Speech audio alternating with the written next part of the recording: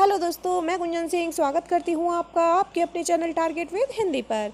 तो दोस्तों, हिंदी साहित्य की स्पेशल टेस्ट सीरीज प्रत्येक प्रतियोगी परीक्षा के लिए अत्यंत ही महत्वपूर्ण है। आयोग ने टीजीटी और पीजीटी की परीक्षा तिथि घोषित कर दी है, तो हमारा टारगेट टीजीटी और पीजीटी पर भी लगातार बना रहेगा।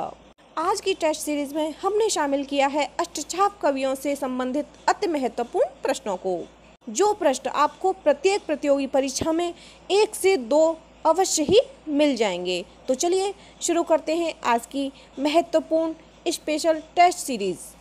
हमारा फर्स्ट क्वेश्चन है, अष्टछाप की स्थापना 1565 ईस्वी में किसने की थी?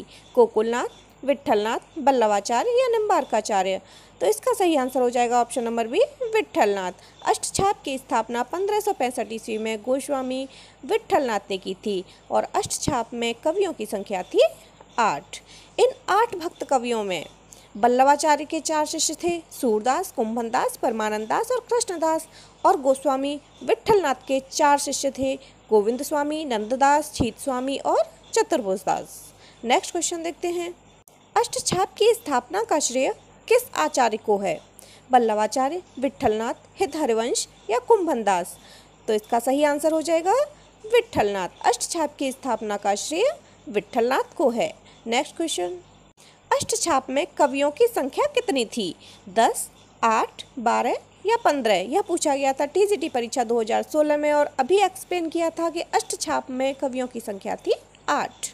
नेक्स्ट क्वेश्चन देखते हैं, अष्टछाप में कौन सम्मिलित नहीं है? नहीं पूछा गया है, कुंभनदास, छीत स्वामी, केशवदास या नंददास? तो देखिए, कुंभनदास, छीत स्वामी और नंददास ये तो हैं, लेकिन जो केशवदास हैं ये अष्टछाप में सम्मिलित नहीं है। अष्टछाप में है कवि सूरदास, कुंभनदास, परमानंददास, कृष्णदास, गोविंद स्वामी, नंददास, छीत स्वामी और चतुर्भुजदास। नेक्स्ट क्वेश्चन देखते हैं, इनमें से कौन अष्टछाप का कवि नहीं है? नहीं पूछा गया है, कुंभनदास, सूरदास, हरिव्यासदेव या चतुर्भुजदास? अभी हमने अष्टछाप कवियों के नाम देखे थे। अष्टछाप कवियों में कौन से कवि हैं? तो इनमें कौन सा नहीं है? हरिव्यासदेव। नेक्स्ट क्वेश्चन, सूरदास किसके शिष्य थे? बल्लभाचार्य, गोकुलनाथ, विट्ठलनाथ या नाभादास? तो जो सूरदास थे वे थे बल्लभाचार्य के शिष्य और बल्लभाचार्य के पुत्र विट्ठलनाथ ने अष्टछाप की स्थापना की थी। नेक्स्ट क्वेश्चन, नीचे दिए गए नामों में से कौन से कवि बल्लभाचार्य के शिष्य नहीं हैं?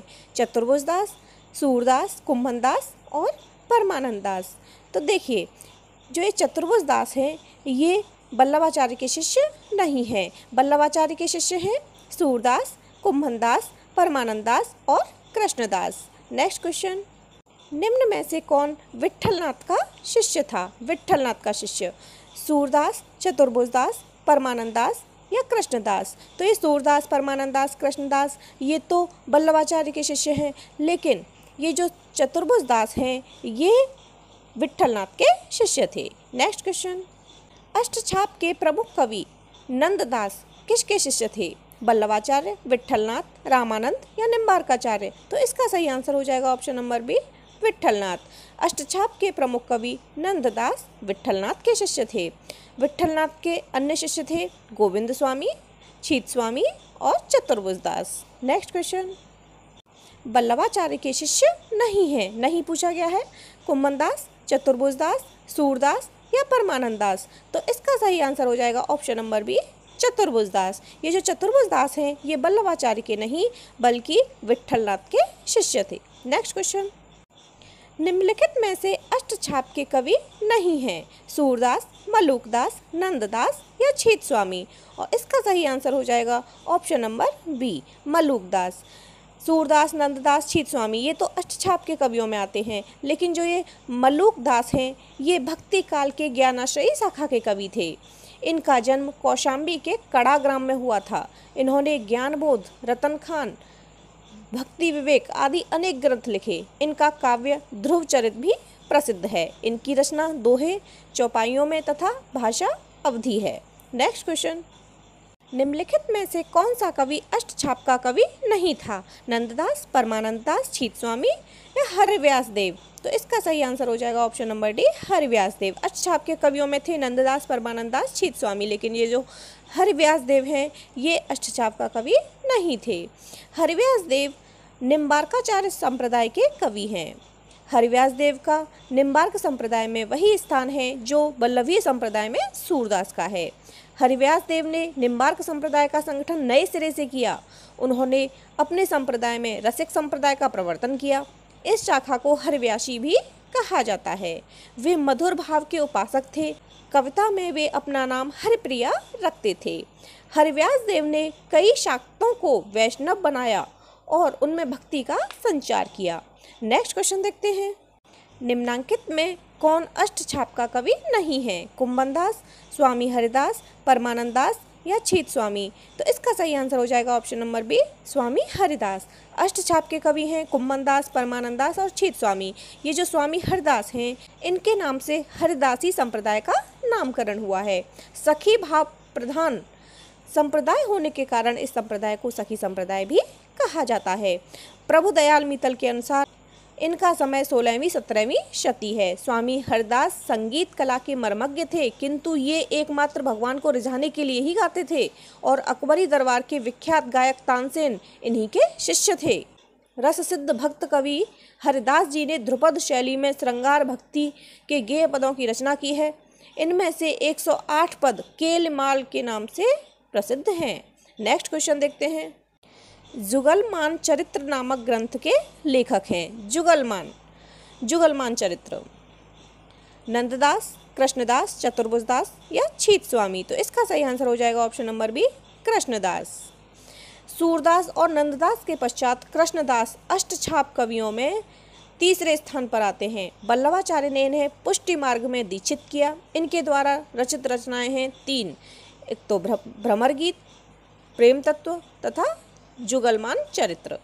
जुगलमान चरित्र में राधा कृष्ण के प्रेम का वर्णन हुआ है और श्रृंगारिकता के कारण यह अधिक प्रसिद्ध हुआ। Next question.